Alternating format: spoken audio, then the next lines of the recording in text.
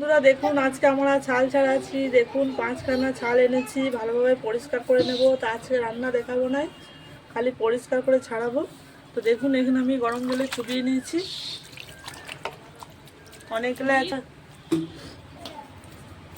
এদিকে আমার ছাড়ানো হয়ে গেছে। দেখুন ভালোভাবে পরিষ্কার করলে